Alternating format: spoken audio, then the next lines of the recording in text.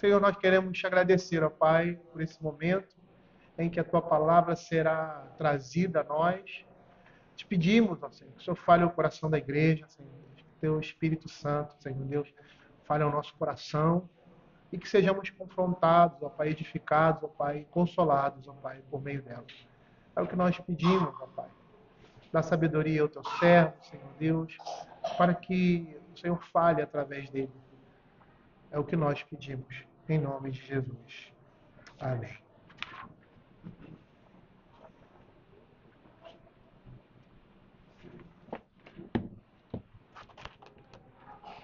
Olá, irmãos, graça e paz do Senhor Jesus Cristo. Abram comigo o livro dos Salmos.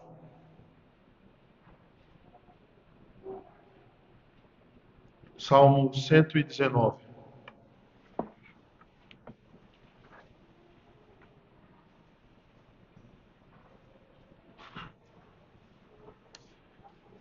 Salmo 119. Faremos a leitura dos versículos de 1 a 8. E aqui será a nossa exposição esta manhã. Assim diz o Senhor: Bem-aventurados os irrepreensíveis no seu caminho, que andam na lei do Senhor.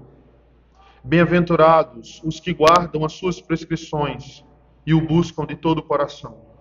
Não praticam a iniquidade e andam nos seus caminhos. Tu ordenaste os teus mandamentos para que os cumpramos à risca. Tomara seja firme os meus passos, para que eu observe os teus preceitos. Então, não terei de que me envergonhar, quando considerar em todos os teus mandamentos. Render-te-ei graças com integridade de coração, quando tiver aprendido os teus retos juízos. Cumprirei os teus decretos. Não me desampares jamais. Vamos ao Senhor, irmãos, mais uma vez em oração.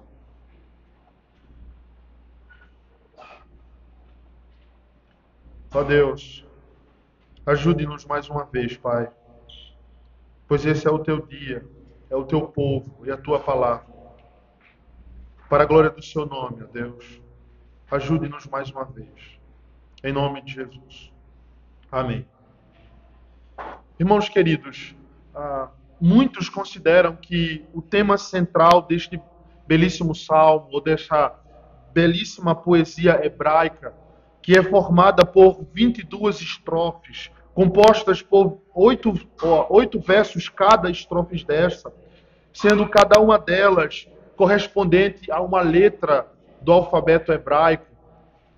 Nós temos 22 letras no alfabeto hebraico, e cada uma dessas letras é marcada por uma repetição de 8 versos.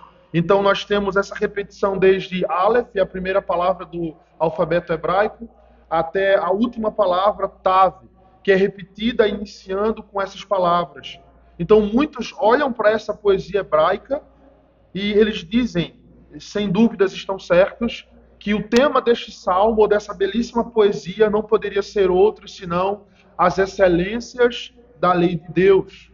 E apesar de ser inegável que este é um tema central nesse belíssimo salmo, eu estou convencido de que a intenção pretendida pelo Espírito Santo na composição deste salmo vai além das excelências da lei divina, mas também está posta aqui para nos mostrar o dilema de um coração piedoso ou regenerado para com o cumprimento ou a sua incapacidade de estar conformado à lei divina, elogiada e exaltada aqui. E ao olharmos para esse salmo, nós podemos perceber que o salmista só enxerga as excelências da lei de Deus e as descreve aqui porque antes o seu coração foi iluminado, antes o seu coração foi regenerado. E é exatamente aqui, neste ponto, neste dilema, que acredito que esse seja um tema também central para esse salmo. Veja, além desse dilema, além das excelências de Deus e além desse dilema, este salmo também serve, ou deve ser visto por nós, como o revelada devoção de um homem cujo coração foi marcado pelo zelo do Todo-Poderoso. Um coração que foi tomado, foi ferido por esse zelo, por esse amor e por essa devoção ao Deus Santo. Este salmo, irmãos, apresenta-se a nós como o abrir do diário espiritual de um homem totalmente devotado a Deus. Aqui nós encontramos versos que são aquecidos pela inspiração do Espírito Santo para a sua igreja. Versos que são capazes de atear fogo nos corações mais frios, despertar as consciências mais amortecidas e fazer acender o fogo da devoção naqueles corações que estão completamente umedecidos pela negligência, pelo pecado. Veja, irmãos, uma simples leitura desses versos, com a bênção do Todo-Poderoso sobre nós, com a iluminação do Espírito Santo, ele pode nos levar a Cristo e nos fazer enxergar a sua justiça perfeita, a sua beleza no Evangelho, e nos fazer enxergar o verdadeiro, bem-aventurado Filho de Deus. Então, quando olhamos para esse salmo, irmãos, ou pelo menos olhamos para essa primeira parte do salmo, dos versículos 1 a 8, eu quero que vocês percebam que há uma divisão natural. A primeira divisão está nos bem-aventurados, do versículo de 1 a 3. A segunda parte do salmo está no versículo 4, quando o salmista constata a exigência de Deus. E por último, a terceira parte dessa primeira perícope, ou desses primeiros 8 versos, está nas considerações pessoais do salmista, dos versículos 5 a 8. Então nós temos essa divisão na estrutura dessa primeira oitiva. Versículos de 1 a 3, os bem-aventurados. Em segundo lugar, a exigência de Deus, versículo 4.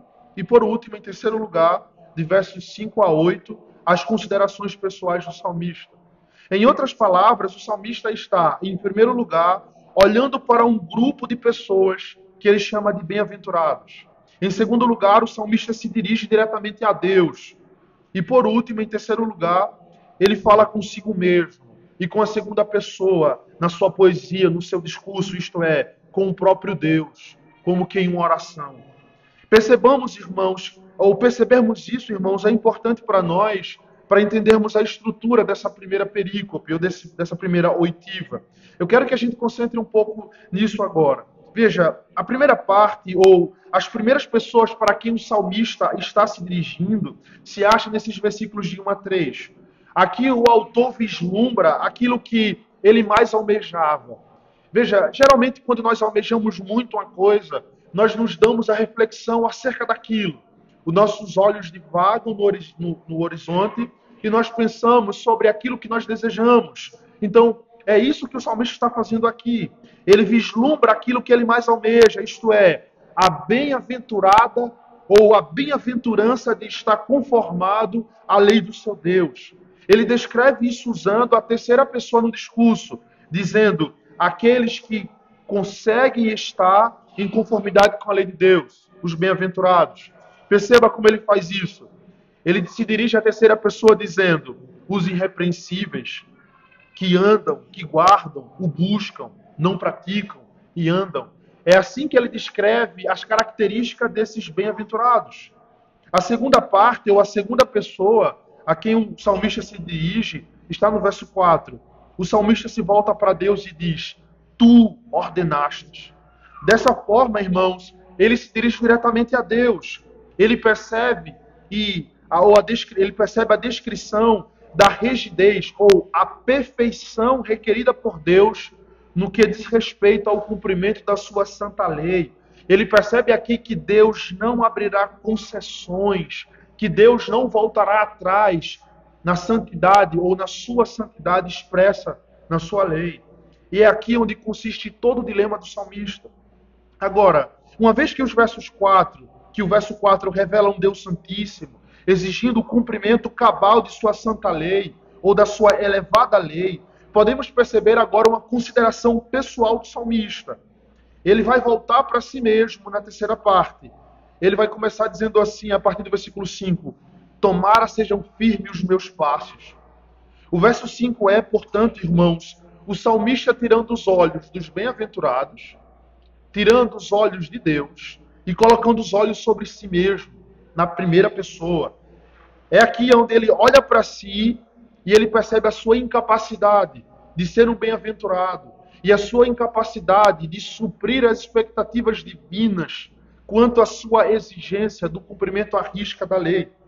Nesta última parte, o salmista considera a sua profunda vergonha. Ele sabe que essa sua vergonha só pode ser removida por meio do cumprimento da lei. E apesar de desejar incessantemente ser um bem-aventurado por meio do cumprimento da lei, ele sabe que não pode. Então ele diz: tomara seja firme meus passos. E depois ele vai dizer que assim então ele não seria envergonhado, a sua vergonha seria removida. Portanto, irmãos, uma vez que os versos 1 a 3 são as observações do salmista, usando a terceira pessoa, referindo-se aos bem-aventurados, a segunda parte, no versículo 4, é o salmista olhando diretamente para Deus e percebendo que Deus não abrirá mão das suas exigências para com a sua lei. E os versos de 5 até o último verso, o verso 176 desse salmo, é o salmista fazendo considerações pessoais para com Deus, como que em uma oração, como em que um diário oração.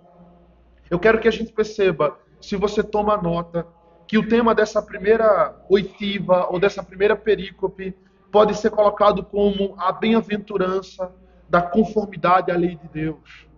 Então todo o nosso esforço estará em perceber como estar perfeitamente conformado à lei de Deus é bem-aventurança. É isso que nós faremos agora com a bênção de Deus. Então, se você voltar os seus olhos para o versículo 1, o texto diz: bem-aventurados. Bem-aventurado, veja, os versículos de 1 a 3, como nós já vimos, são verdadeiros irmãos. São de fato bem-aventurados aqueles a quem o salmista descreve nos versículos 1, 2 e 3. Porém, essa é uma bem-aventurança inalcançável a qualquer homem por seus próprios esforços depois da queda. A bem-aventurança é aquela condição de alma que somente Deus, e Deus somente, pode dar a qualquer homem. É um resultado ou um fruto da suprema graça de Deus. Este título, irmãos, de bem-aventurança não pode ser conquistado por meio de muito estudo. Veja, universidade alguma pode titular um homem dessa forma, ainda que tenha os seus melhores alunos. Nenhuma universidade, nem mesmo Harvard, pode dizer: esse é um aluno bem-aventurado. Esse não é um título achado entre os louros dos méritos humanos. Nem mesmo os nossos governantes, por mais justos que nós possamos idealizar que sejam, podem dizer: este é um povo ou uma sociedade bem-aventurada. Porque essa é uma bênção particularmente divina, que o próprio Deus e somente Deus pode dar aos homens. Esse, irmãos, é um título celestial e está completamente destituído de qualquer mérito humano, pessoal.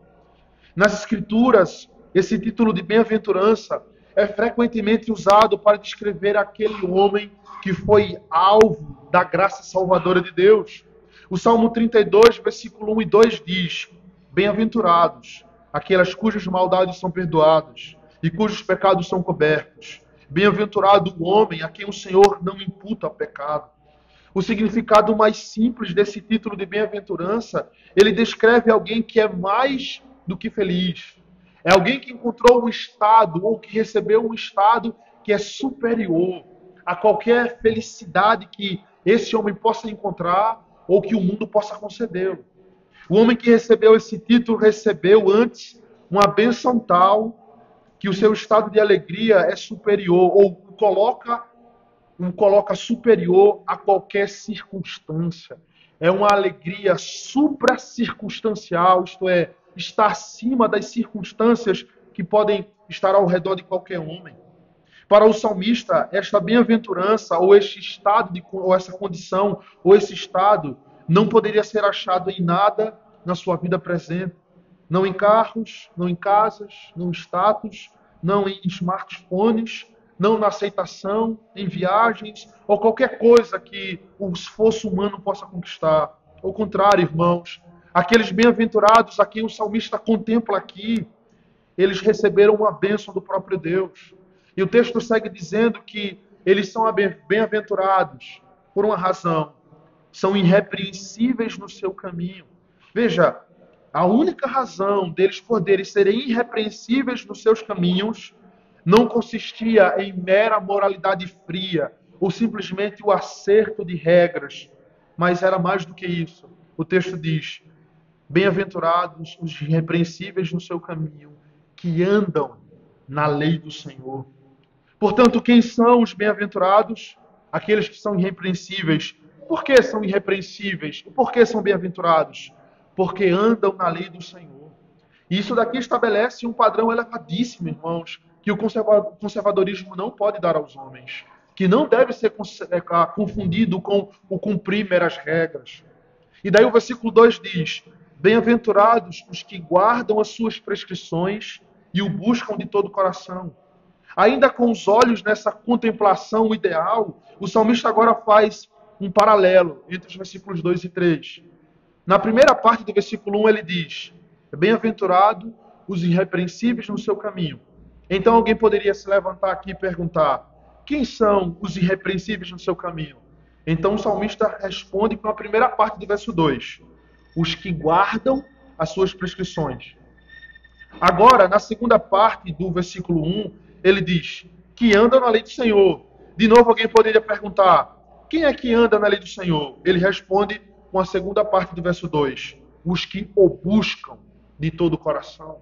Então há uma relação muito estreita aqui entre ser um bem-aventurado com o andar no caminho do Senhor e o andar no caminho do Senhor com buscar o Senhor de todo o coração. Veja, então, em uma conclusão lógica, ele diz no versículo 3, não praticam iniquidade. Veja, é como se fosse uma conclusão do que ele considerou no versículo 1 e 2. Quem são os bem-aventurados? Os irrepreensíveis no seu caminho, que andam na lei do Senhor e o buscam de todo o coração. Então ele conclui como que essa reflexão ideal dos bem-aventurados. Não praticam iniquidade e andam nos seus caminhos. Ou como de trás para frente, porque andam nos seus caminhos, não praticam a iniquidade. Então, irmãos, como vivem os bem-aventurados? Vivem de forma irrepreensíveis no caminho do Senhor, porque guardam suas prescrições e andam na lei de Yahvé, porque o buscam de todo o coração. Então devemos estar convencidos até aqui de que esta bem-aventurança é o resultado de ser irrepreensível no cumprimento da lei, de guardar a lei e de buscar o Senhor de todo o coração. Espero que esteja claro para nós aquilo que foi dito aqui nos versículos de 1 a 3. Veja, antes de avançarmos ainda para o versículo 4, é preciso destacar algo muito importante, irmãos. O salmista, quando considera os bem-aventurados, ele percebe que esses bem-aventurados não apenas buscam Deus como um legislador. Eles não querem apenas estar no ambiente formal e legal das exigências do pacto, no cumprimento da lei. Eles querem mais do que isso. Eles querem mais, irmãos, do que a toga preta do juiz. Eles querem a pessoa do juiz. Eles querem o próprio Deus. O texto diz: e o buscam de todo o coração. Não é suficiente apenas buscar a lei de Deus. É antes necessário buscar o Deus da lei e o buscá-lo de todo o coração. Não apenas em uma relação legal, mas afetuosa, cheia de afeições para com a pessoa de Deus. O salmista percebeu que estes bem-aventurados não estavam contentes, irmãos, apenas em responder legalmente e formalmente a sua relação com Deus. Veja, cumprir nossos deveres pactuais para com o Senhor passa em estarmos no culto público dominicalmente. Toca o observar o dia do Senhor, sermos diligentes em nossos trabalhos, segundo as nossas vocações, em disciplinarmos nossos filhos, em cumprirmos os nossos deveres maritais. Mas é mais do que isso. Essas coisas devem ser vistas como uma consequência inevitável de algo maior. E o que é isto? O buscar de todo o coração. Ter uma relação pessoal, conhecê-lo intimamente. Seria estranho para nós se conhecêssemos um casal que cumpre as suas obrigações maritais ou conjugais simplesmente por um acordo diante do Estado e da igreja. Mas não há afeto, não há amor, não há percepção nos pequenos detalhes, não há uma carícia. Seria estranho para nós apenas um acordo frio, legal. Absolutamente não, irmãos. Quando Deus escolhe um povo para si, Ele escolhe para que seja o seu povo. As Escrituras dizem em Efésios 2 que Ele nos predestinou, Efésios 1, que Ele nos predestinou para Ele. Há uma relação, irmãos, que vai além dessa questão legal, é pessoal. E o texto diz de todo o coração. Então agora, tendo o salmista feito essa consideração ideal de quem são os bem-aventurados, e é algo inalcançável, ele se volta agora para si no versículo 4. Tu ordenaste os teus mandamentos para que os cumpramos à risca. Veja, depois de ter contemplado esse elevado modo de vida dos bem-aventurados, eu quero que a gente perceba isso aqui, irmãos. É como se o salmista tivesse olhado para o horizonte, contemplado o que é ser um bem-aventurado, está perfeitamente conformado à lei, e é como se ele suspirasse e dissesse assim, mas eu não posso ser assim. Eu não consigo ser um bem-aventurado. Eu não consigo ser irrepreensível. Eu não consigo buscá-lo de todo o coração. Eu não consigo andar na sua lei. E é como se agora ele buscasse algum outro meio de ser um bem-aventurado, sem que fosse necessariamente este. Está perfeitamente conformado às exigências de Deus. Então ali no seu devaneio, na sua busca, na sua loucura de encontrar outros meios, ele sabe que não há. Então ele se volta para Deus. Tu ordenaste os teus mandamentos para que os cumpramos à risca. É como se ele dissesse, bem-aventurados e irrepreensíveis no seu caminho, que andam na lei do Senhor e que o busca de todo o coração. Bem-aventurados. Tu ordenaste os teus mandamentos. Ou realmente o Senhor fez isso. Realmente o Senhor requer de nós, o Senhor requer de mim, o cumprimento à risca da lei. Então agora o salmista se voltando para Deus em oração, o texto nos faz entender que esse se voltar é uma expressão enfática. Geralmente, irmãos, o pronome é ocultado no texto hebraico. Tu ordenaste os teus mandamentos. Ele destaca o tu, o pronome aqui é destacado por causa da ênfase. Ele quer destacar Deus, foi o Senhor mesmo. Não é o legalismo dos homens. Não são exigências banais dos homens ou mero tradicionalismo. O Senhor mesmo exige, não outros, não seus profetas, não seus intérpretes, mas o Senhor mesmo. Tu ordenastes. O sentido do verso 4 é esse que já foi dito. É como se o salmista considerasse, o padrão dos bem-aventurados são tão elevados. É tão elevado que somente tu, Senhor, poderia ter estabelecido. Tu realmente não aceitas nada menos do que isso, pois este é o teu padrão. O Senhor és tu mesmo. O Senhor é o próprio padrão. E sendo assim, quem pode alcançar? Então, ele constata no versículo 4 que Deus não abrirá concessões e que o Todo-Poderoso não deixará que os seus servos apenas obedeçam àqueles mandamentos que mais lhe agradam, que mais lhe trazem vantagem, que mais lhe são convenientes. Absolutamente não. Deus exige que a sua lei, que a sua santa lei, seja cumprida à risca. Agora, a razão de sua estrita exigência, irmãos, não deve ser entendida porque Deus é um Deus caprichoso. Absolutamente não. Ele não é como muitos de nós, que ordenamos apenas aquilo que nos traz vantagem diante dos nossos filhos, diante das nossas esposas, ou diante dos nossos maridos, para as mulheres, ou diante dos nossos liderados. Se caso nós pensamos ou deixamos escapar esse pensamento de que Deus requer exigência estrita ou obediência à risca por ser um Deus caprichoso, essa é uma denúncia de que nós não conhecemos nada sobre a santidade de Deus, de que nós não conhecemos nada sobre a sua justa justiça, que nós não conhecemos sobre a divindade que professamos. Isso é loucura. E é aqui onde começa o dilema do salmista. Na verdade, este deve ser o dilema de todo verdadeiro cristão, de todo aquele que professa fé.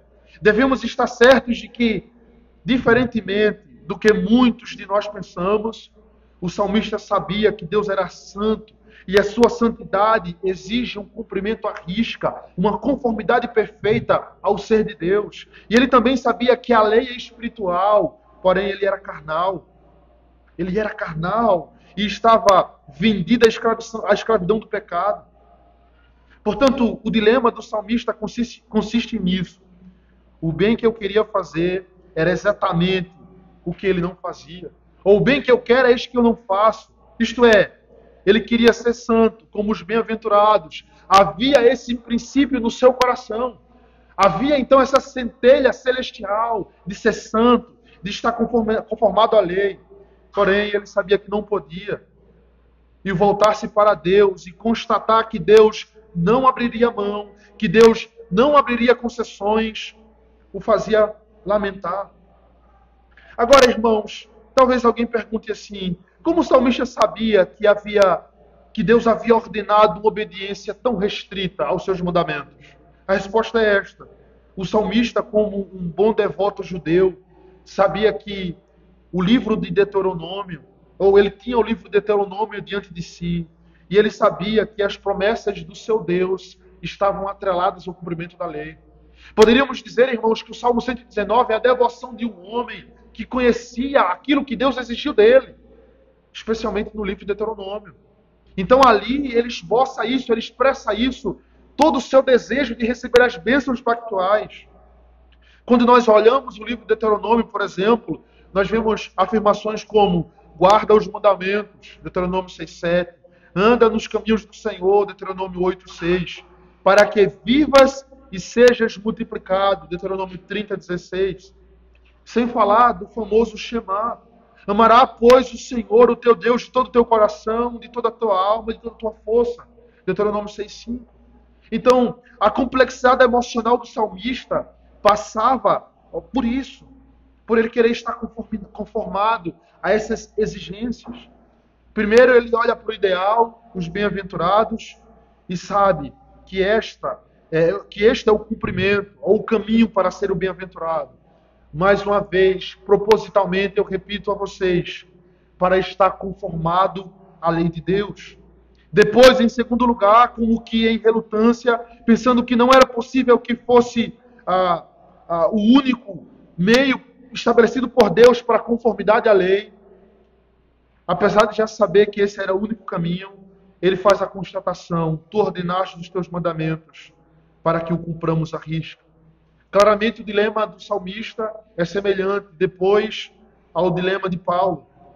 Porque eu sei que em mim, isto é, na minha carne, não habita bem nenhum. Pois o querer, o bem está em mim, não porém o efetuá-lo. Porque não faço o bem que prefiro, mas o mal que não quero, esse faço. Mas, se eu faço o que não quero, já não sou eu quem o faz, e sim um pecado que habita em mim. Então, ao fazer o bem, encontro a lei de que o mal reside em mim. Eu espero que até aqui você tenha se identificado com o salmista. Porque se você não estiver se identificando com o salmista, talvez você não seja um cristão. Porque esse todo o dilema de um verdadeiro cristão, irmãos, é o já e o ainda não. Já estou conformado a Deus em Cristo Jesus, mas ainda não. E esse ainda não nos aborrece. Esse ainda não nos agride, nos bate, nos coloca de joelhos. E quantos votos nós fazemos e quantos votos nós quebramos.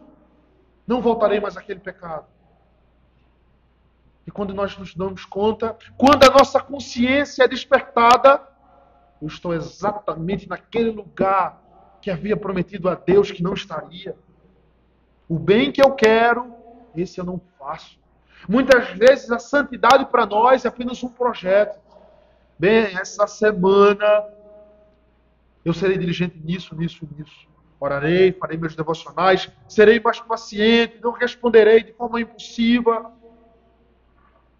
Diante desse dilema, o salmista poderia ter dito: bem, Senhor, se tu baixares o teu padrão, certamente eu serei um bem-aventurado. Sim, o salmista poderia ter dito isso. Se tu exigistes apenas que eu te amasse com metade do meu coração, bem, estaria feito. Eu te amaria com toda a metade do meu coração, não com todo ele. Se o Senhor abaixasse o padrão, ó Deus, e não quisesse adoração exclusiva, e não pedisse que só o Senhor fosse o meu Deus, já estaria feito. Eu conseguiria fazer isso. Se tu, Senhor, apenas permitistes ao menos que eu escolhesse alguns poucos pecados para ficarem ocultos ou guardados no meu coração, o Senhor teria isso de mim. Mas não é essa as palavras do salmista. Absolutamente não. Não foi isso que o salmista fez. Mesmo o verso 4, sendo a constatação ou a prova de que Deus exige que a sua lei seja cumprida à risca, nós somos surpreendidos, irmãos, pela devoção desse homem. No versículo 5, tomara seja firme os meus passos, para que observe os teus preceitos. O quê? O salmista não recuou, ele não buscou dialogar com Deus, ele não deu um jeitinho brasileiro para conseguir encontrar lugar na bem-aventurança. Não, irmãos. A exigência de Deus não o afastou, não o levou a blasfemar. Não. Não, absolutamente não. Assim como é da natureza de um filho tentar imitar o seu pai, mesmo sendo pequenino e incapaz de consegui-lo fazer, realmente, assim também é da essência da nova natureza, mesmo apesar dos tombos e das quedas, buscar estar conformado ao seu pai, ao seu Deus, ao seu Senhor, ao Deus da sua alma.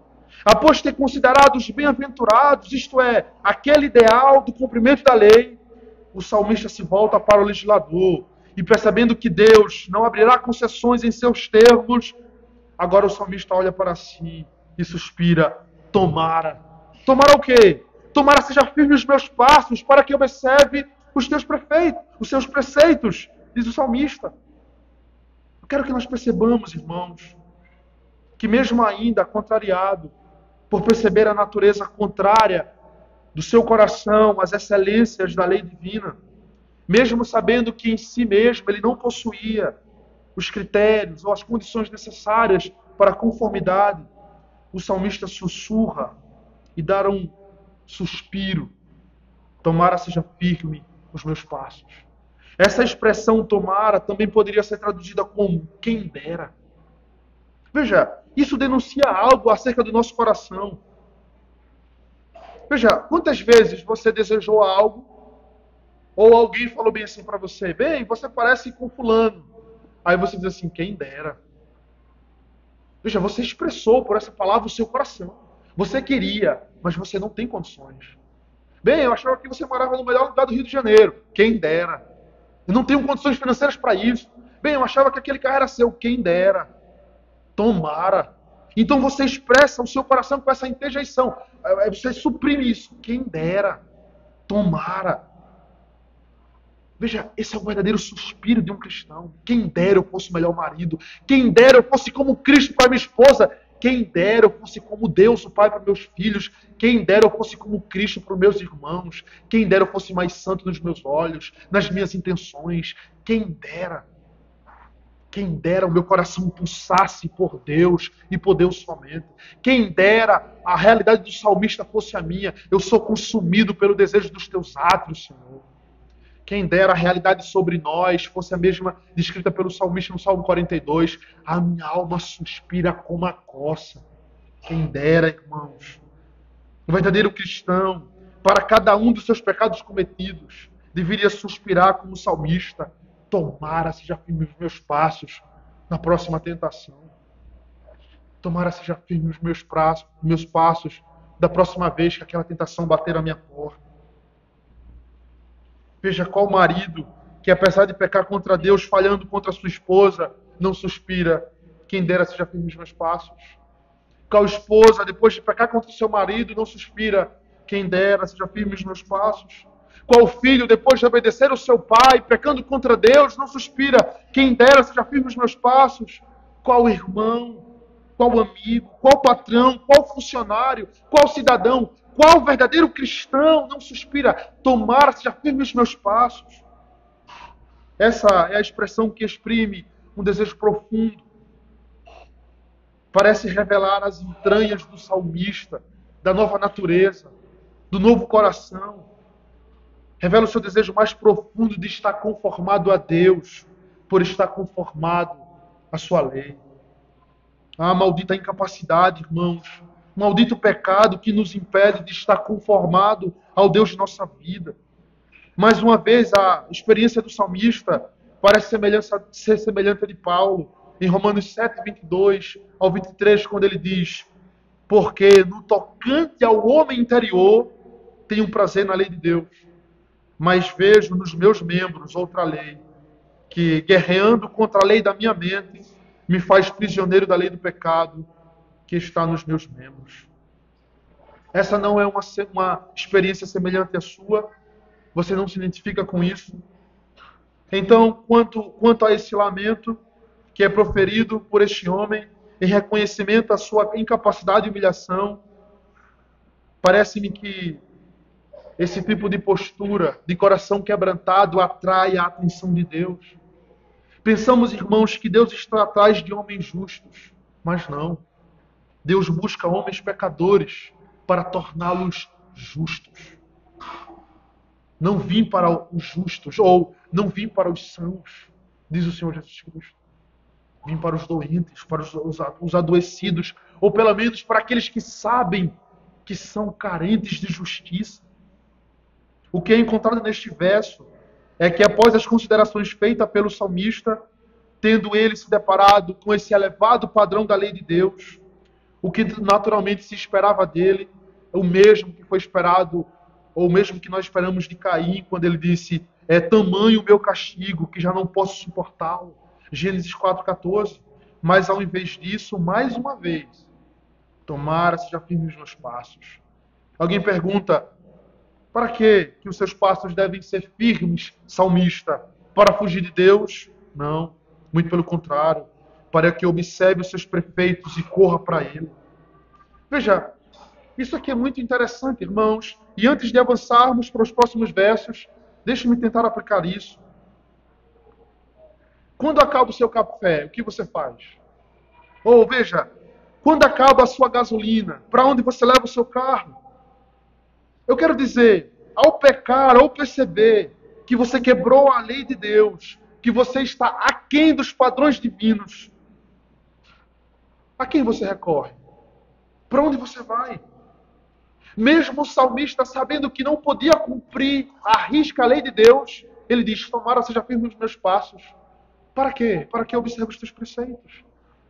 Irmãos, geralmente quando nós pecamos, nós não nos voltamos imediatamente para Deus.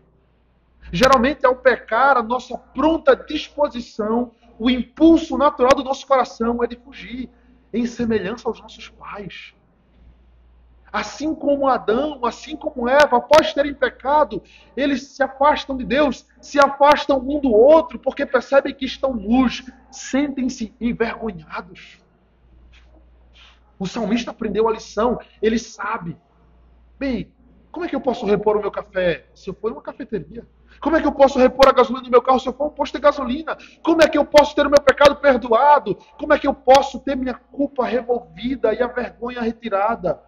Quando eu for a Deus, em Cristo Jesus, confiando nos seus méritos, quando eu for mais uma vez lembrado do que aconteceu naquele Calvário, quando eu lembrar do que aconteceu naquela manjedoura, do Verbo encarnado, de sua vida perfeita, substitutiva, dos seus sofrimentos vicários, do seu sofrimento e morte, da sua ressurreição, da sua ascensão, e Cristo, à destra de Deus, a interceder por nós, pelo seu povo.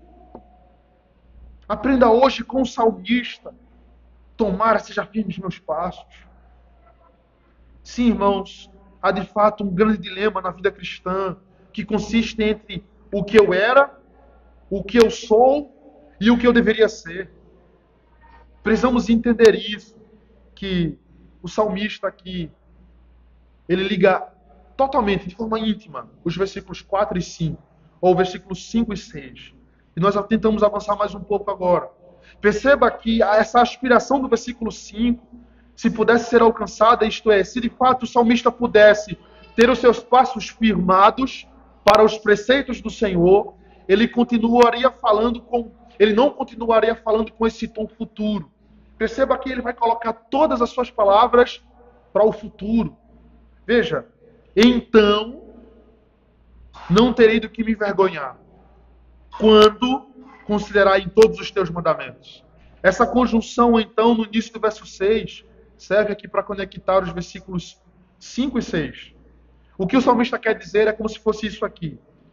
Se eu tomara, ou como se ele dissesse, quem dera os meus passos ficassem firmes para observar os teus preceitos. Se isso acontecesse, então, isto é, se este suspiro fosse suprido, então não terei do que me envergonhar, quando considerarem todos os teus mandamentos. Ou seja, se os meus passos fossem firmes na tua lei, Senhor, eu não teria vergonha.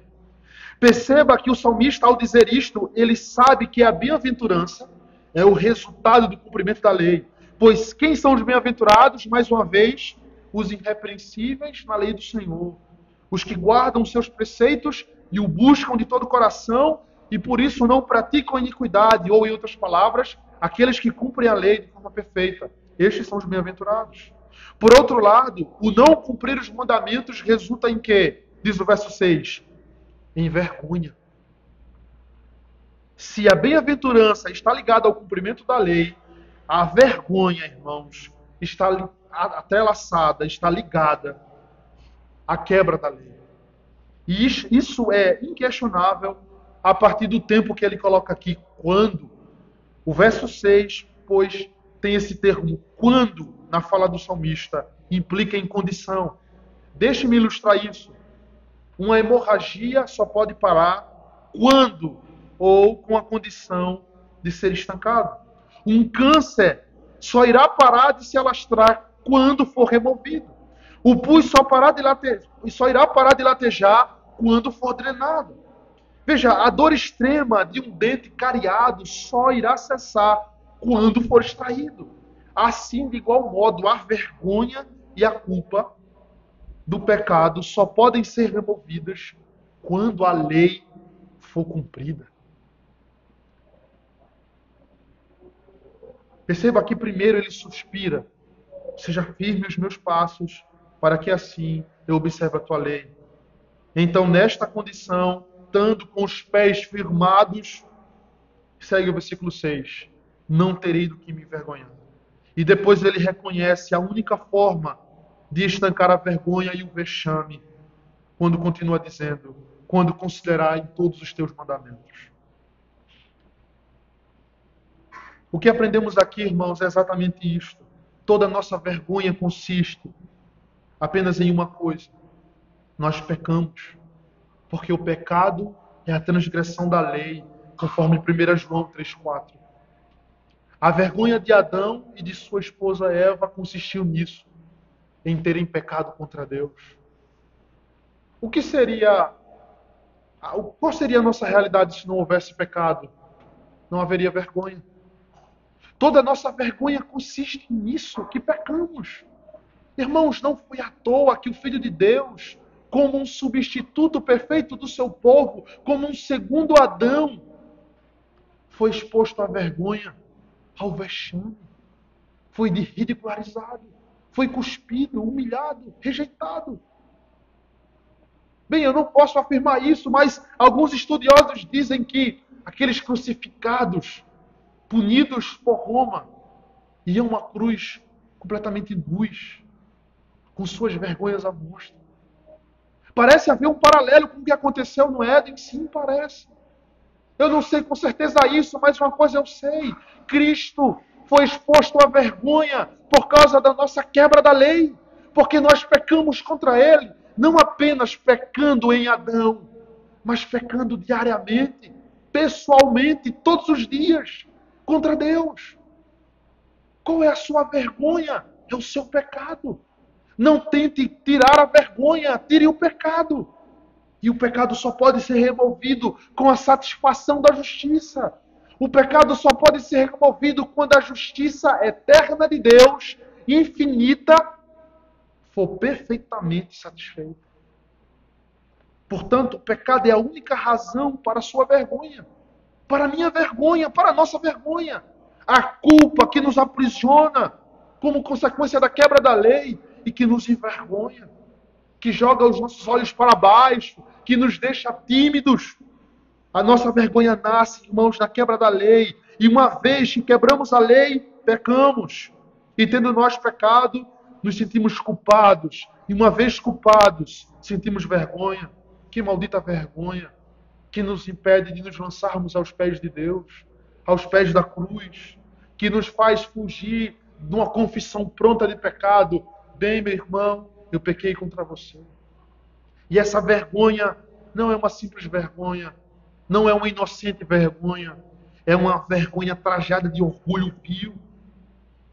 Como podemos fazer, irmãos, ou nada podemos fazer para cobrir as nossas vergonhas, ainda que fabriquemos folhas de figueira como fez Adão, ainda que tenhamos uma boa postura de presbiterianos, de reformados, de homens moralistas, isso não é suficiente.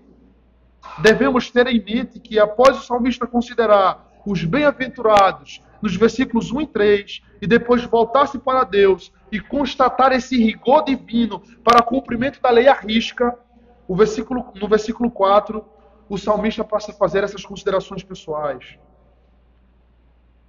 O sentido do versículo 7 é o mesmo, porém agora a sua ênfase está na adoração. Perceba, ele diz: render-te-ei graças com integridade de coração quando tiver aprendido os teus retos juízos.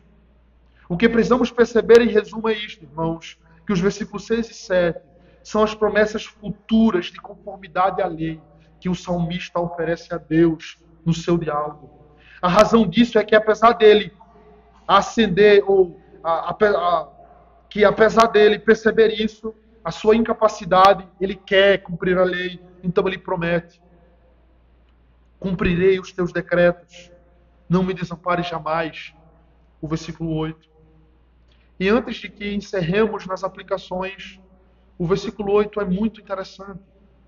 Porque as bênçãos pactuais de Deus prometidas em Deuteronômio estavam altamente associadas ao cumprimento da lei. E o que significa não ter a proteção de Deus? Significa ser um maldito. Maldito todo aquele que não permanecer em todas as ordenanças da lei. Então o salmista sabia que o não abandono de Deus estava relacionado ao cumprimento da lei. Então ele diz: cumprirei os teus decretos, não me desampares jamais. Eu quero que nós percebamos essa aspiração futura, essas promessas de cumprimento da lei. É aqui, irmãos, que nós podemos ver uma fenda, onde nós podemos enxergar Cristo. Aonde, irmãos, nós podemos enxergar uma aspiração messiânica. O salmista sabia que não podia, mas ele também não queria estar aquém disso. Então ele promete. Geralmente é assim que nós fazemos também. Olha, eu não consigo agora, mas eu vou conseguir um dia. O salmista não tinha a revelação completa, nós a temos. Então nós podemos olhar para esse texto e saber como o salmista poderia ter finalmente a justiça plena sobre si e ser um bem-aventurado. E isso se dá, irmãos, nas pisadas justas de Jesus Cristo. Ao projetar para o futuro a sua obediência, vemos aqui raios dessa aspiração messiânica da parte do salmista. Diferente do salmista que aspirava o futuro, nós olhamos para o passado. E nós lembramos de Cristo, que cumpriu a lei cabalmente em nosso lugar. Veja, por que Jesus tinha que ser homem? Porque foram os homens que pecaram. Alguém disse, eu não lembro quem, imagine que a raça dos porcos estivesse condenada para sempre. Você sendo a imagem e semelhança de Deus, sendo um homem dotado de perfeições maravilhosas, como a razão, as emoções, a vontade, significado e senso de propósito, você abriria a mão da sua humanidade para tornar-se um porco, para salvar a raça dos porcos? Não foram os anjos que pecaram, ou os anjos pecaram, mas Deus não quis redimi-los. Não foram os animais que pecaram. Não foi a criação material inanimada que pecou. Foram os homens feitos à imagem e semelhança de Deus que pecaram. Portanto, Deus, com seus decretos eternos, a si mesmo fez-se homem, revestindo-se com a natureza humana. Para quê? para se interpor entre a sua própria justiça, que clama condenação, e os pecados dos homens, a culpa dos homens, a vergonha dos homens. Então toda a bem-aventurança que nós vemos nessa primeira parte do Salmo consiste em algo muito simples, porém impossível para nós estarmos conformados à lei de Deus. Mas em Cristo, irmãos, em Cristo somente nós encontramos isso. Então eu quero encerrar fazendo breves aplicações, tentando mostrar aqui claramente onde enxergamos o Evangelho de Jesus Cristo. Sim, irmãos, em primeiro lugar, é verdade que toda a bem-aventurança pertence ao cumprimento da lei. Pois quem subirá ao seu santo monte? Pergunta ao salmista em outro lugar. Ele diz: aquele que tem mãos limpas e coração puro, que não se entrega à vaidade nem jura falsamente. Quem dentre nós pode reivindicar isso? Quem dentre nós tem mãos limpas? Quem dentre nós não deseja com vaidade? Quem dentre nós pode se erguer aqui e dizer: bem, Deus, eu subirei o seu santo monte e eu o farei pelas minhas próprias forças? O versículo 4, mais uma vez: tu ordenaste os teus mandamentos para que os cumpramos à risca. Este verso nos ensina, irmãos, a santidade de Deus. O Deus Santíssimo que criou os céus e a terra. E que os seus mandamentos nada mais são do que a revelação do seu caráter santo, reto e justo. O que é cumprir a lei? É estar conformado a Deus. As Escrituras nos dizem que nem os céus e os seus santos anjos podem permanecer diante de sua santidade, porque não são puros aos olhos do Deus Santíssimo. Eis que Deus não confia nem nos santos, nem nos céus, nem os céus são puros aos seus olhos. Jó 15:15. E mais, tu és tão puro de olhos que não podes ver a iniquidade. Abacuque 1:13. E é por esta razão que Deus exige cumprimento à risca da lei, irmãos. Cumprimento à risca. E isso implica dizer que Deus requer que você, que eu, que todos nós estejamos perfeitamente alinhados à sua lei para sermos bem-aventurados. É necessário que cumpramos a lei perfeitamente, resumida nos 10 mandamentos, desde o dia que nós nascemos até o nosso último suspiro de vida. É esse o requerimento de Deus. Bem, homem, você quer ser salvo por obras? Então eis aqui as condições. Obedeça a lei, desde o dia que você nasceu até o seu último suspiro de vida. E assim você poderá entrar para a minha destra, para sempre, para o gozo que eu tenho preparado. Agora, o que significa, irmãos, não cumprir as exigências de Deus? Quais as consequências disso? Nós vimos culpa e vergonha. Romanos 3:23 diz que todos pecaram voluntariamente, todos nós pecamos. Essa é toda a nossa disposição. O que nós sabemos fazer de melhor? Pecar contra Deus. Quem dentre nós não tem pecado para se envergonhar? Quem dentre nós? Diante disso, eu quero me referir agora a 2 públicos, então eu encerro. Em primeiro lugar, eu quero me referir aos cristãos, já professos, que têm uma fé pública no Senhor. E eu quero dizer a você, ouça-me, cristão, você também tem esse dilema, o mesmo dilema que o salmista, que tem sofrido em seu coração por causa dos seus próprios pecados, mas ainda assim você deseja ser santo, mas você não consegue, então, permanecer nessa santidade. O processo de santificação para você tem sido difícil. Eu quero dizer a você, Cristo falou: não vim para revogar a lei, mas para cumprir. Veja, talvez você pense assim: bem, Cristo veio remover a ordenança da lei. Não, ele não veio, ele veio cumprir. E talvez você diga: bem, mas isso não me traz paz, isso me traz terror. Porque se Cristo veio cumprir a lei, eu estou condenado. Mas eu quero que você ouça: não vim para revogar, vim para cumprir. Você ouviu bem? Ele diz: não vim para revogar, mas para cumprir. O quê? Cumprir a lei? Sim, Cristo veio cumprir a lei. Não no sentido de condená-lo, mas de substituí-lo. No sentido de cumprir aquilo que você não poderia. No sentido de cumprir todos os mandamentos que você tem quebrado a todo instante e que você irá quebrar. Você já sabe disso, mas deixe-me dizer isso para você. Permita-me cumprir o meu propósito esta manhã, porque tudo que disse para isto. Jesus Cristo, o Filho de Deus, cumpriu a lei em seu lugar.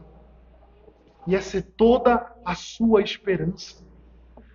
Mas talvez você retruque dizendo: ah, sim, Cristo pagou meus pecados passados. Tenho novos pecados agora. Eu sou realmente um pecador. Eu nasci na igreja ou já acumulo muitos anos entre o povo de Deus. E por isso tenho pecados tão frescos quanto o pão que saiu essa manhã. Então ele responde assim: a única condição para as tuas vergonhas serem removidas permanentemente são as mesmas que você creu no passado. Sim, ouça-me mais uma vez. Não vim para revogar, mas para cumprir. Cristo veio para cumprir, meu irmão.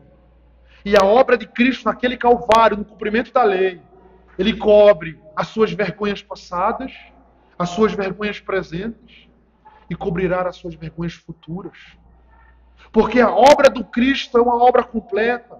E é nisso que você deve descansar. Qual é o seu pecado e, portanto, a sua vergonha? Cristo cobriu com sua obediência. Em que você foi exposto, ou em que a sua vergonha tem sido exposta, a sua nudez. Em que ou em que área a sua vergonha está à vista? Cristo cobriu com sua justiça. Qual dos mandamentos você tem quebrado? Cristo cumpriu todos. Ele nunca teve outros deuses. Ele nunca usou o nome de Deus de forma leviana. Ele nunca quebrou o quarto mandamento. Ele nunca desejou mal. Ele nunca cobiçou. Ele nunca furtou. Toda a lei foi cumprida. Naquilo que Adão e nós caímos, Cristo foi perfeito. A esperança do salmista tem que ser a mesma da sua. Então, 1 João 2:1 diz: filhinhos meus, estas coisas vos escrevo para que não pequeis. Essa não é uma concessão para que você peque. Se você usa isso como uma concessão para você pecar, isso só denuncia que você nunca teve o princípio de vida no coração. Essas coisas vos escrevo para que não pequeis. Se todavia alguém pecar, diz o texto, temos advogado junto ao Pai, Jesus Cristo. João destaca, o justo. Por que ele é justo? Porque ele cumpriu a lei perfeitamente. O único que entrou aos céus, quando foi dito o Salmo 24, levantais, ó portas, portais eternais. Quem foi que entrou ali? O justo, pelos seus próprios méritos. Porque ele cumpriu perfeitamente a lei. E porque Cristo cumpriu o despojo da sua obra, da sua batalha contra o pecado e a morte, Satanás e o mundo, foram os eleitos. Foi você. Você é o prêmio de Cristo. É quando Deus o Pai compensa o Filho por sua obra de satisfação, a justiça, a lei quebrada. Você tem que encontrar esperança nisso, porque se você não encontrar esperança nisso, você não encontra em nenhum lugar a mais. Porque a Escritura diz, todo aquele que nele crê não será confundido. Romanos 10:1. E eu encerro me voltando para você que não é um cristão. Bem, se você não tem professado a fé em Cristo, ou se você tem professado a fé em Cristo apenas de forma externa, deixe-me dirigir a você rapidamente agora. A minha fala mais simples é: vá a Cristo e vá a Cristo. Contemple o crucificado. Contemple o Filho de Deus naquele madeiro, mas não apenas ali, mas ressurreto, glorioso, vitorioso sobre o seu pecado, sobre a morte, sobre Satanás. Mas deixe-me dizer a você, meu amigo, que ainda não é um cristão. A sua diferença para um cristão consiste apenas em grau. Porque um cristão, ele olhou uma vez para Cristo e continua olhando e deverá continuar olhando para sempre. E você ainda não olhou. Você deve olhar com os olhos da fé e crer que Deus puniu os seus malditos pecados no Filho de Deus. Que todos os pecados que você cometeu merecem justa punição e o inferno é o seu destino certo. Mas a esperança é esta: que esse mesmo Deus que veste uma toga e é um justo juiz, ele se revela como um Pai bondoso e gracioso, que pode salvar você nesta manhã se apenas você crer. Se você desistir de suas obras, de sua performance e dos seus votos e crer somente em Cristo. Confie sua vida pecadora ao Filho crucificado de Deus, agora ressurreto e glorioso, e arrependa-se dos seus pecados. É assim, irmãos, é a única forma de recebermos a bem-aventurança descrita nesse salmo. É quando os nossos olhos são postos no Filho de Deus, o verdadeiro bem-aventurado. Então essas bênçãos, idealizadas ou aneladas pelo salmista, é dada a nós gratuitamente, quando descansamos em Cristo. E o salmista encerrou dizendo: cumprirei os teus decretos, não me desampares jamais. A nossa fala é: porque Cristo cumpriu os teus decretos, ó Deus, tu não me desampararás jamais. Essa é a nossa esperança. Vamos ao Senhor em oração, irmãos. Ó Deus, te agradecemos por Cristo, Pai, e por sua obra perfeita. Obrigado porque Cristo não apenas sofreu o dano da nossa quebra da lei, não apenas nos substituiu na morte, mas nos substituiu na vida, obedecendo toda a lei que nós não poderíamos. Podemos nos considerar bem-aventurados, Pai, não pelos nossos méritos, mas pelos méritos do teu bem-aventurado Filho Jesus Cristo. Que isso nos console e nos encoraje, ó Deus, diante da dor e do sofrimento e diante dos nossos próprios pecados, da esperança de que o Senhor não irá nos desamparar no último dia, mas que o Senhor nos chamará: vinde, benditos. Obrigado por isso, Pai. Avive-nos quanto a essa verdade, a verdade do teu santo evangelho, em nome de Jesus. Amém.